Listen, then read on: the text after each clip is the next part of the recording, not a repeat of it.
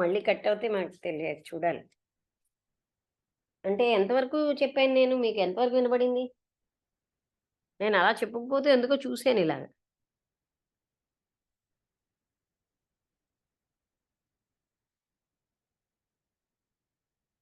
మీకెంత వరకు వినబడింది? అంటే క్రీస్తేమో టీ టీ కాదు, ఇంపెనిటెంట్ అని అర్థం చెప్తున్నాను కదా! Not regretting or feeling bad about one's ఆ! యాక్టివిటీ. అదయిపోయింది. అదే అదే అంతే, నాకంతే వినిపించింది. ఆ తర్వాత వినిపించలే. అవునా? అంటే హుహు. ఈ రకమైనటువంటి అంటే దానికి కట్టుబడింది నమ్మకానికి గట్టిగా కట్టుబడిన వాళ్ళు ఆర్థోడాక్స్ డాగ్మా అంటే థీరీ వాళ్ళేంటంటే ఇలాంటి సిన్నర్ అంటే ఏమి సిగ్గు అనేది పీలవన్నటువంటి పాపాత్ములు. అండ్ మెటీరియలిస్ట్ వాళ్ళందరికీ ఇక్కడ బ్యాడ్ టైమ్ అన్నమాట. ఎందుకంటే ఇట్ గి రియలిస్టిక్ ఇన్ఫెర్నో. ఇన్ఫెర్నో అంటే ఒకసారి చూడు అది ఏమైనా మీనింగ్ ఉంటుందేమో. ఇన్ఫర్నో ఐఎన్ఎఫ్ఈఆర్ హెల్ కదా! హెల్ క్రిస్టియనిటీలో హెల్ అని ఇన్ఫర్నో అంటారు. రియలిస్టిక్ ఇన్ఫెర్నో అని. ఆహా! ఆ! ఇట్ ఆ! గివ్స్ దట్ ఇన్ఫర్నో అవకాశం ఇస్తారట. లాస్ట్‌లో కూడా రిపెంట్ అయ్యే అవకాశం ఇస్తారు. నార్ డూ దే టీచ్ ఎనిహిలేషన్ వాళ్ళేమోని మీరు అంటే వెళ్ళిపోవడం వదిలేయడం అనేది గాని, వాళ్ళ యొక్క పర్సనాలిటీ లాస్ గాని అక్కడేం చెప్పరు. అది అలాంటివేమి టీచ్ చేయరన్నారు. అయితే థియోసాఫిస్ట్ అన్నాడు ఒకవేళ చర్చ్ టీచ్ చేస్తోందా అలాంటివి if the church teachers nothing of the kind church అలాంటివేమీ చెప్పకపోతే జీసస్ డస్ థియోసాఫిస్ట్ చెప్తున్నారు. జీసస్ చేసాడు.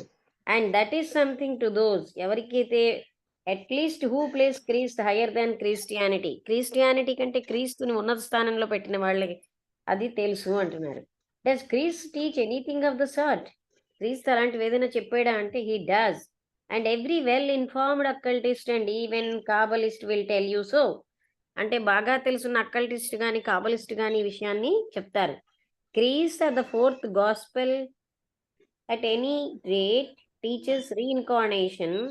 అందుకే అది నేను చెప్తూ మనం ప్రశ్నోత్తరాల్లో దివ్యజ్ఞానంలో ఒకప్పుడు క్రిస్టియానిటీలో రీఇన్కార్నేషన్ ఉండేది అని చెప్పారక్కడ.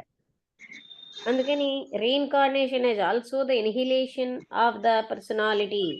అంటే ఇదేంటంటే వ్యక్తిత్వం పోవడమే. If you but forget the dead letter and hold to the esoteric spirit. అంటే ఇందులో Christ or the fourth gospel. ఆ ఫోర్త్ గాస్పెల్‌లో టీచర్స్ రీఇన్కార్నేషన్. రీఇన్కార్నేషన్ అందులో చెప్పారు. As also the annihilation of the personality. ఈ వ్యక్తిత్వం పూర్తిగా అక్కడ వదిలేయబడుతుంది. If you but forget the dead letter and hold to the esoteric spirit. అంటే ఈ డెడ్ లెటర్ అంటే అంటే అంతకు ముందుదంతటిని వదిలేసి ఎసోట్రిక్ స్పిరిట్ ఒక్కటి పట్టుకుంటే remember versus 1 and 2 in chapter 15 of Saint John. What does the parable speak about if not of the upper triad in man?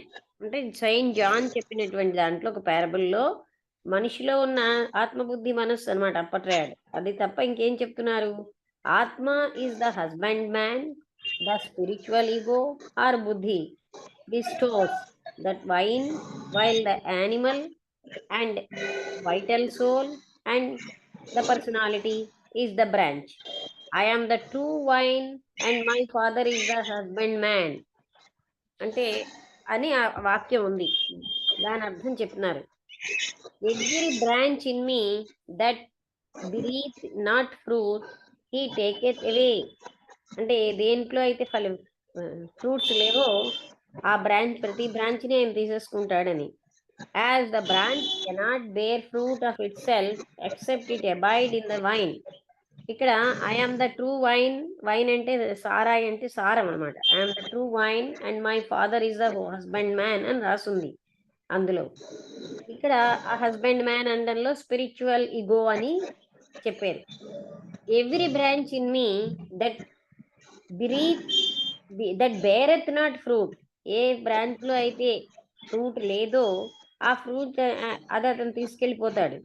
As the branch cannot bear fruit of itself. Branch అంటే శాఖ దానంతట అదిగా ఫ్రూట్స్‌ని తీసుకోలే అది bear చేయలేదు. Except it abide in the vine. అది కూడా ఆ సారంలోనే ఉంది. అంటే అన్నిట్లో కూడా ఒకటే ఆత్మతత్వంతోటే అని చెప్పడానికి. వైన్ అంటే సారాయి అంటే ఇక్కడ అర్థం ఏంటంటే ఒకే సారం అంటే అదే ఆ బుద్ధి అని చెప్పి స్పిరిచువల్ ఇగో అని చెప్తున్నారు కదా. ఈ ఆర్ ద బ్రాంచెస్ అంటే మీరే ఆ branches. If a man abide not in me, నాలో ఒక వ్యక్తి గాని లేకపోతే, is cast forth as a branch and is withered and cast into the fire and burn. అంటే ఆయన నాలో లేకపోతే ఆయన అలా అలా వాడిపోయి చనిపోతాడని. అంటే అర్థం ఏంటి ఇక్కడ? ఆత్మతత్వం అదే దాన్నే ఇక్కడ ఇటర్నల్ స్పిరిచువల్ ఇగో అనే దాన్ని ఇక్కడ వీళ్ళు ఆ పదం సింబాలిక్‌గా వైన్ అని వాడారనమాట. ఒకవేళ మీరు నాలో లేకపోతే అది అంటే ఆత్మతత్వం అందులో లేకపోతే అది పూర్తిగా నాశనం అయిపోతుంది అంటూను. Now we explain it in this way. దీన్ని ఈ విధంగా బోధపరుద్దాం. Disbelieving a hell fires which theology discovers as underlying the threat to the branches we say that the husbandman means atma. అది హస్బెండ్ మ్యాన్ అంటే ఆత్మ అని చెప్పారు.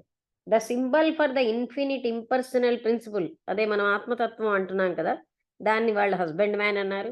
While the vine stands for the spiritual soul, ఈ vine అన్నదాన్ని spiritual soul అని. Christos, each branch represents a new incarnation, కొత్త జన్మని.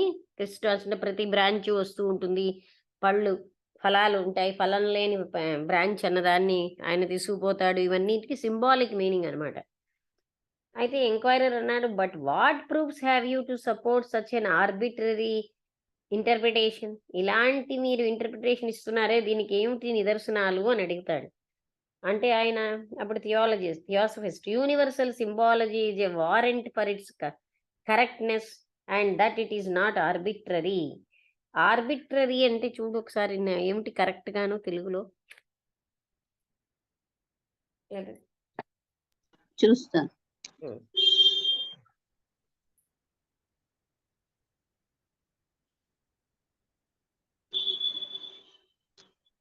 26వ తారీఖు అంటే ఏ వారం పడింది? బుధవారం.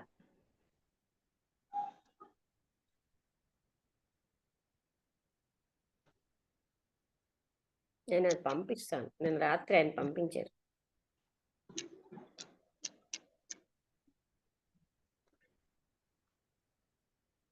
Not seeming to be based on any reason or plan, అదే and sometimes seeming unfair.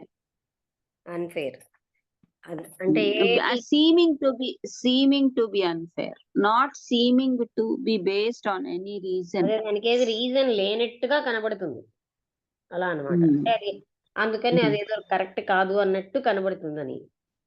అంటే అప్పుడు universal symbology is the warrant for its correctness. అది కరెక్ట్ అని చెప్పడానికి యూనివర్సల్ సింబాలజీ అన్నది, and that it is not arbitrary, అదేంటంటే reasoning లేకుండా లేదు. Hermas says of God that he planted the vineyard. అంటే గాడ్ అని ఆయన వైన్ యార్డ్ని ప్లాంట్ చేసాడు. అంటే ఏంటి అంటే గార్డెన్ అనుకోండి, దాన్ని ఆయనే ప్లాంట్ చేసాడు అంటే పాతేడు.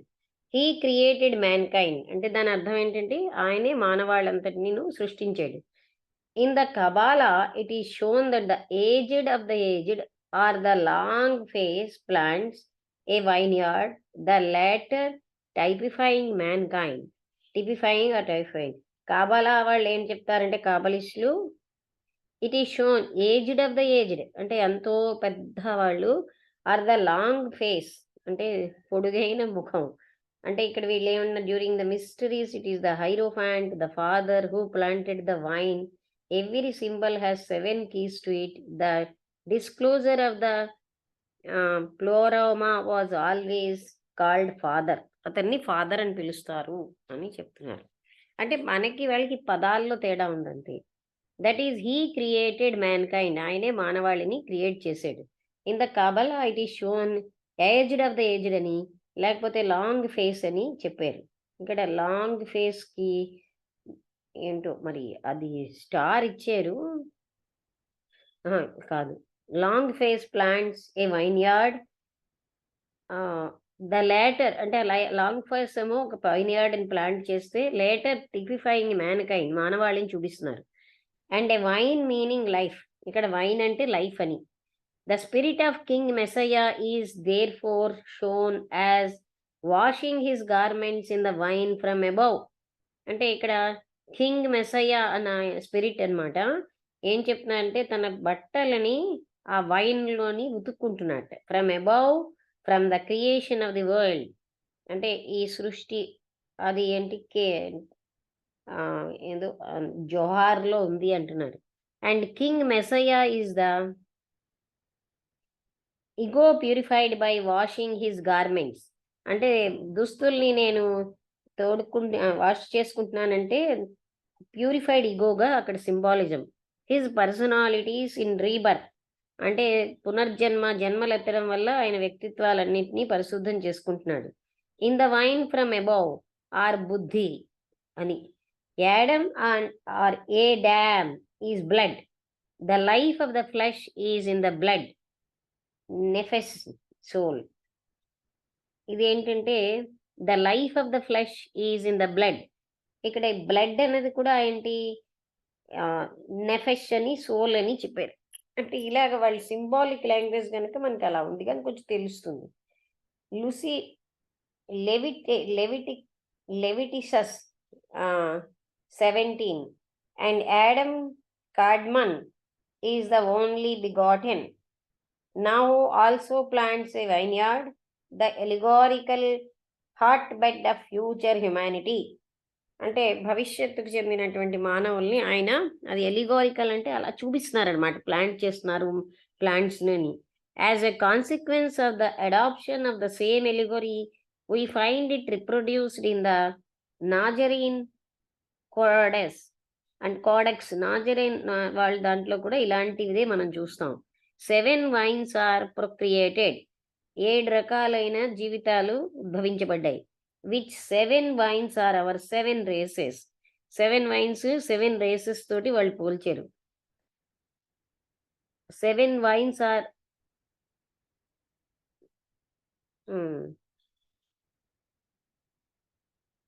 The life of the flesh in the blood.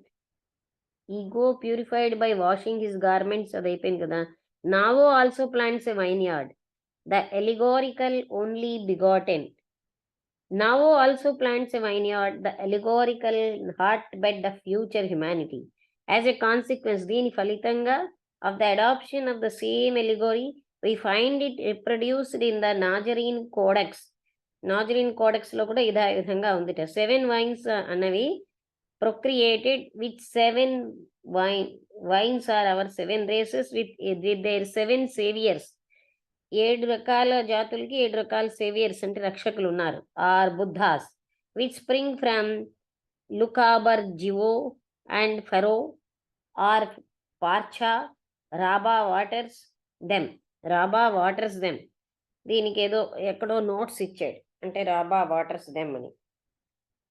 చూద్దాం అది. When the blessed will ascend among the creatures of light, they shall see లేవర్ జివో, Lord of life, and the first wine. Those Kabbalist metaphors are thus naturally repeated in the gospel according to Saint John. అంటే ఇవన్నీ కుట్లోని కూడా ఒక life అన్నది, ఒక ఆత్మతత్వం ఇవన్నీ చూపిస్తున్నారు అంటూ అన్ని వేరు వ్యక్తులు చెప్పినవి. కాబలిస్టులు ఏం చెప్పారు, అదే నావో అతను ఏం చెప్పారు, ఇవన్నీ చెప్తున్నారు అనమాట. Let us not forget that in the human system, మానవుడి యొక్క వ్యవస్థలో, even according to those philosophies which ignore our septenary division, మనకి 7 స్థానం అంటే 7 planes లో ఉన్నామని దివ్యజ్ఞానంలో చెప్తారన్నమాట. దాన్ని సెప్టెనరీ డివిజన్ అంటారు. The ego or thinking man is called the logos. ఆ థింకింగ్ మ్యాన్ నే లోగోస్ అని అంటారు. అంటే ఇగో అంటే ఇక్కడ ఈ థింకింగ్ మ్యాన్ అంటే ఆలోచించి ఈ మనిషి అని కాదు, ఆ క్యాపిటల్ ఈతో ఉన్నటువంటి ఇగో, దాన్ని లోగోస్ అని, లేకపోతే son of soul and spirit అని అంటారు. సోల్ యొక్క కొడుకు లేదా స్పిరిట్ యొక్క. Manas is the adopted son of king. మనస్సుని రాజుగారి యొక్క పెంచుకున్న కొడుకని. And queen esoteric equivalents for Atma and Buddhi. ఆత్మ బుద్ధిని క్వీన్ అని. Says an occult work, he is the man god of Plato who crucifies himself in space or the duration of the life cycle. అది అంటే తాను క్రూసిఫై చేసుకున్నాడంటే ఆ life సైకిల్లో ఉన్న టైంలో అంటే ఒక జీవిత కాలం. For the redemption of matter, ఎందుకు? He is the man god of Plato who crucifies himself in space for the redemption of the మ్యాటర్ని తిరిగి అది పునరుద్ధరించడానికి. This he does by incarnating over and over again, thus leading mankind onward to perfection. అంటే తిరిగి తిరిగి జన్మలెత్తడం వల్ల చేస్తూ మనిషిని పర్ఫెక్షన్కి తీసుకెళ్తోంది. And making thereby room for lower forms to develop. అంటే లోయర్గా చిన్నగా మనకంటే తక్కువ ఉన్న స్థితులన్నీ కూడా డెవలప్ అయ్యేటట్టుగా అవుతున్నాయి, హయ్యర్గా అవుతాయి. నార్ for one life does he seize progressing. అంటే ఒక్క లైఫ్లో ప్రోగ్రెసింగ్ అన్నది డస్ హీ స్టాప్ అవ్వడనమాట. అంటే అభివృద్ధి ఒక్క లైఫ్లో అవ్వట్లేదు. And helping all physical nature to progress. మొత్తం భౌతికమైన ప్రకృతి అంతా కూడా అభివృద్ధి చెందేటట్టుగా చేస్తున్నాం. Even the occasional very rare events of the losing one of his personalities. అప్పుడు చాలా రేర్గా ఉన్న సంఘటనలు, ఆయన యొక్క వ్యక్తిత్వం అంతా కోల్పోవడం. In the case of the latter being entirely devoid of even a spark of spirituality helps forward his individual progress. అంటే ఏమాత్రమైన spark of spirituality, even a spark of spirituality entirely devoid of అంటే అది కానీ లేకపోతే helps అంటే ఆ విధంగా in the very rare event of his losing one, తన వ్యక్తిత్వాన్ని కోల్పోవడం. In the case of the latter being entirely devoid of even a spark of spirituality, ఏమాత్రం కూడా స్పిరిచువాలిటీ అన్నది లేకపోతే helps towards his individual progress. అంటే ఏదైతే ఆయన యొక్క ఆధ్యాత్మికమైనటువంటి వ్యక్తిత్వాన్ని అభివృద్ధికి సహాయం చేస్తుందో అది కానీ లేకపోతే ఆయన తన పర్సనాలిటీని అంతటినీ కోల్పోతాడు. But surely if the ego is held responsible for the transgression of its personalities, it has to answer also for the loss or rather the complete annihilation of one of such. అంటే తప్పనిసరిగా ego అన్నది బాధ్యుడైతే ఈ transgression అంటే ఒక స్థితి నుంచి ఇంకో దానికి వెళ్ళడానికి ఈ వ్యక్తిత్వాలు it has to answer also for the loss or rather the complete annihilation of one of such. అంటే ఈ లాస్ కానీ పూర్తిగా పోగొట్టుకోవడం అనే దాన్ని కానీ చెప్పాలి కదా అని అంటున్నాడు ఆయన. Not at all unless it has done nothing to avert this dire fate. అంటే అలా ఏమీ అవసరం లేదు. It has done nothing to avert this dire fate. ఈ ఫేట్ అనేది మార్చడానికి ఏమి చేయలేకపోతే. But if all the efforts notwithstanding its voice that of our conscious was unable to penetrate through the wall of matter, if all its efforts, దీని అన్ని ప్రయత్నాలతో notwithstanding its voice that of our conscious was unable to penetrate through the wall of matter. అంటే ఈ conscious యొక్క voice మ్యాటర్లోకి కానీ ప్రవేశించలేకపోతే then the obtuseness of the latter proceeding from the imperfect nature of the material is classed with other failures of nature. ఇది మాత్రం మనం కొంచెం జాగ్రత్తగా అంటే మన లాజిక్కి అందరినట్టు ఉంటుంది కానీ కొంచెం జాగ్రత్తగా చూడాలి. Unless it has done nothing to avert, అంటే ఎవర్ట్ అంటే చేంజ్ అని కదా, this dire fate. If all its efforts, దీని మొత్తం ప్రయత్నాలన్నీ కూడా that of our conscious was unable to, అది మ్యాటర్లోకి ప్రవేశించలేకపోతే ఈ అబ్ట్యూస్నెస్ ఆఫ్ ది లాటర్, అంటే దీని యొక్క స్థూలత్వం అన్నది proceeding from the imperfect nature, అంటే అసంపూర్ణమైన ప్రకృతి అనమాట, of the material is classed with other failures. మిగతా ఫెయిల్యూర్స్ అన్నిటితో దీన్ని పరిగణించాలి. ఆఫ్ నేచర్, ప్రకృతిలో మిగతా ఫెయిల్యూర్స్తో పాటు దీన్ని కూడా, ఎందుకంటే ఇది అందులోకి కానీ స్థూలత్వంలోకి అది proceed అవ్వలేకపోతే. The ego is sufficiently punished by the loss of devachan. అంటే దేవచాన్ కానీ లేకపోతే ఈగో పూర్తిగాను పనిష్ అవుతుంది. And especially by having to incarnate almost immediately. అంటే అప్పుడు ఇమ్మీడియట్గా అది జన్మ తీసుకోవాల్సి వస్తుంది. This doctrine of the possibility of losing one soul, ఒకరి యొక్క ఆత్మని పోగొట్టుకోవడం అనే ఈ సిద్ధాంతం, లేకపోతే personality, do you call it, అదే మీరు చెప్తున్నారా, militates against the ideal theories of both Christians and spiritualists. Though Swedenborg adopts it to a certain extent in what he calls spiritual depth, they will never accept it. అంటే this doctrine, ఈ సిద్ధాంతం అదేంటి? Losing one soul, తన ఆత్మని పోగొట్టుకోవడం, లేకపోతే వ్యక్తిత్వాన్ని పోగొట్టుకోవడం అని మీరు అంటున్నారా? మిలిటేట్స్ అంటే ఏమిటి చూడు. మిలిటేట్ చూస్తాను.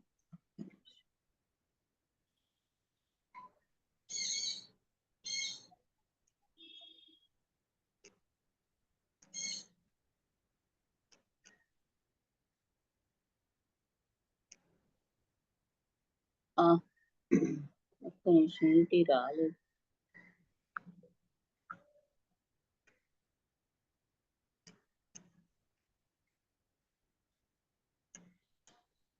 మిలిటేట్ మీనింగ్ అంటే of a fact are circumstance be a powerful or conclusive factor in preventing. Meditate meaning in English.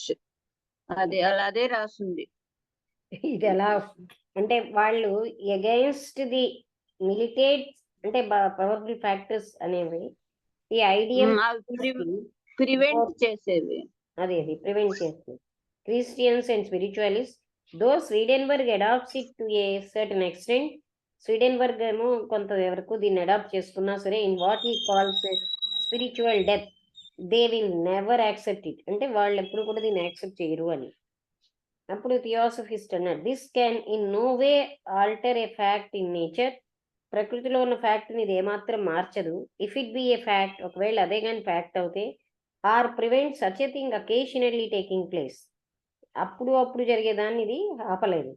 The universe and everything in it, moral, mental, physical, psychic, అంటే నైతికమైన, మానసికమైన, భౌతికమైన, మళ్ళీ సైకిక్, ఇవి ఆర్ స్పిరిచువల్, ఆధ్యాత్మికమైనవి, is built on a perfect law of equilibrium, అంటే ఒక రకమైన సమతుల్యత, హార్మోని అంటే సమస్యల మీదనే ఆధారపడి ఈ లాస్ అన్ని ఉన్నాయి. యాజ్ సెడ్ బిఫోర్, అంతకుముందు చెప్పినట్టుగా, వైడ్ ఐసిస్ అన్వెయిల్డ్, అంటే ఐసిస్ అన్వెయిల్డ్ అన్న పుస్తకంలో కూడా, the centripetal force could not manifest itself without the centrifugal in the harmonious revolution of the sphere and all forms and their progress are the products of this dual force in nature. Centripetal అంటే centre నుంచి మనం ఏదైనా తిప్పుతూ ఉంటున్నాం గుండ్రంగా, అంటే అప్పుడు అది కొసలకి ఆ ఫోర్స్ అన్నది ఆ పదార్థం కొసకి వెళ్ళిపోతుంది. అంటే ఒక ట్యూబ్లోనేమో ఏదో కొంత వాటర్ వేసి మనం తిప్పుతున్నాం, అందులోంచి అప్పుడు ఏంటంటే అది దాంట్లో బరువైందేమో వెనక్కి వచ్చేసి అది ఈ సెంటర్ నుంచి వచ్చే ఫోర్సు సెంట్రిఫ్యూగల్, సెంట్రిపెటల్, ఈ రెండు ఫోర్సెస్ ఒకదాని మీద ఒకటి ఆధారపడి ఉంటాయి, ఒకటి కాకపోతే ఇంకోటి ఉండదు. And all forms and their progress are the products of this dual force, ఈ రెండు ఫోర్సుల యొక్క ఫలితంగానే సమస్తమైనటువంటి రూపాలు ఉన్నాయి ప్రకృతిలో. నౌ ద స్పిరిట్, అంటే or Buddhi, is the centrifugal and the soul, Manas, the centripetal spiritual energy. And to produce one result, అంటే ఈ మనస్సు లేదా సెంట్రిపెటల్ స్పిరిచువల్ ఎనర్జీని వాడేదాన్ని. Produce one result they have to be in perfect union, అవి రెండు కూడా ఒక ఏకత్వంతో, హార్మోనీతో ఉండాలి. Break or damage the centripetal motion of the earthly soul, ఏ రకంగానైనా పై దానికి కానీ డ్యామేజ్ వస్తే అదే ఎర్త్లీ సోల్, భూమి మీద ఉన్న ఆత్మ, tending toward the centre which attracts it, అంటే ఆ సెంటర్కి వెళ్ళిపోతుంది అది.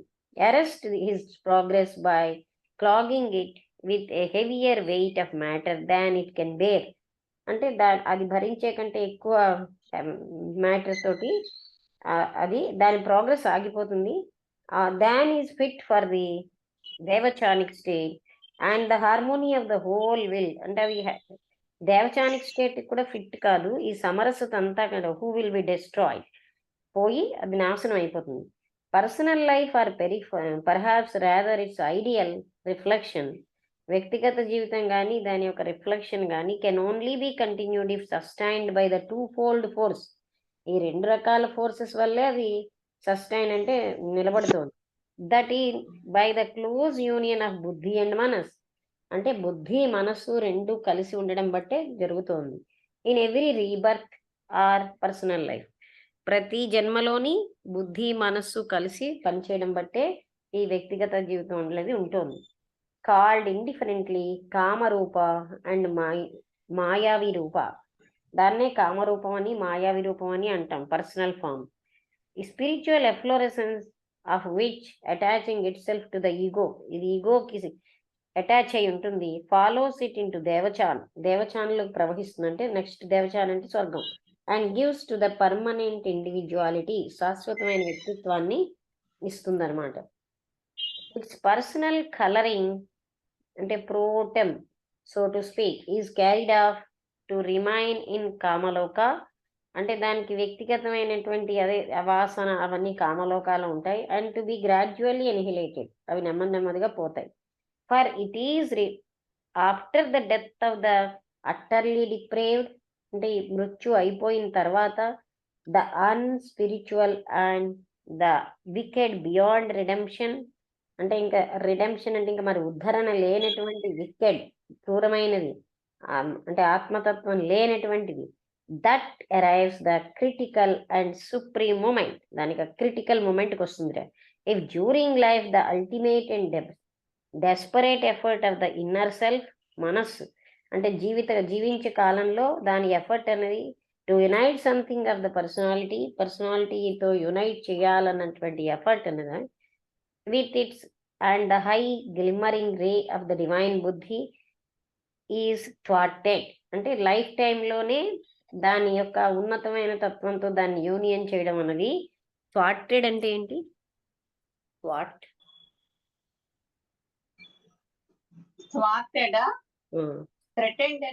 థ్రెటెండ్ అనే కదా, అంటే ఆ లైఫ్ టైంలోనే అది ఆ విధంగా జరగాలి.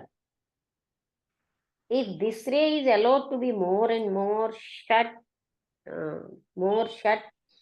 shut out from the ever thickening crust of physical brain, the spiritual ego or manas, once spread from the body, remains severed entirely from the ethereal relic of the personality, and the latter or kamarupa, following its earthly attractions, is drawn into and remains in hates, which we call the kamaloka. These are the withered branches mentioned by Jesus as being cut off from the vine. Annihilation, however, is never in.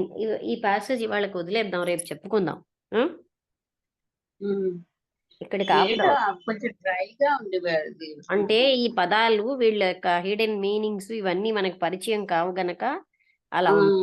అంటే వాళ్ళ యొక్క ఆ theories సంపూర్ణంగా మనకు తెలియకపోవడం వల్ల మనం ఏముండి ఏ పదాన్ని ఇప్పుడు చూసే వైన్ అంటే వాళ్ళు ఎలా వాడారో నీ జీవశక్తి అని, అవన్నీ బ్రాంచ్ అంటే అంటే ఒక ఇన్కార్నేషన్ అని, ఆ విధంగా వాళ్ళకి ఏంటంటే వాళ్ళ దాంట్లో ఒక చిన్న ట్విస్ట్తో అన్నీ ఉంటాయి, కానీ వాళ్ళకి మనకి పరిచయం లేదు ఇది. వీళ్ళంటే ఎవరు? ఈ క్రిస్టియన్ హీబ్రూ కాదు, కాబలిస్టులును ముందుగా ఉన్న క్రిస్టియన్స్ లో కూడా రీఇన్కార్నేషన్ ఉన్నాను. వాళ్ళు రీఇన్కార్నేషన్ అన్నది రాను క్రిస్టియన్స్ దాన్ని ఖండించేటట్టు, కానీ మొట్టమొదట క్రిస్టియన్స్ కూడా క్రీస్తు చెప్పినప్పుడు రీఇన్కార్నేటింగ్ ఫ్యాక్టర్ చెప్పారు. అది పునర్జన్మ అన్నదాన్ని తర్వాత ఈ మోడర్న్ క్రిస్టియన్స్ వచ్చేసరికల్లా రీఇన్కార్నేషన్ అంటున్నారు అని, అది అక్కడ చదివాం. అది పునర్జన్మ అన్నదాన్ని వీళ్ళు కాదంటున్నారు, కానీ మొదట్లో క్రిస్టియన్స్ చాలా వరకు దాని మీద బేస్ చేసుకుని ఎన్నో ఉన్నాయి కూడా.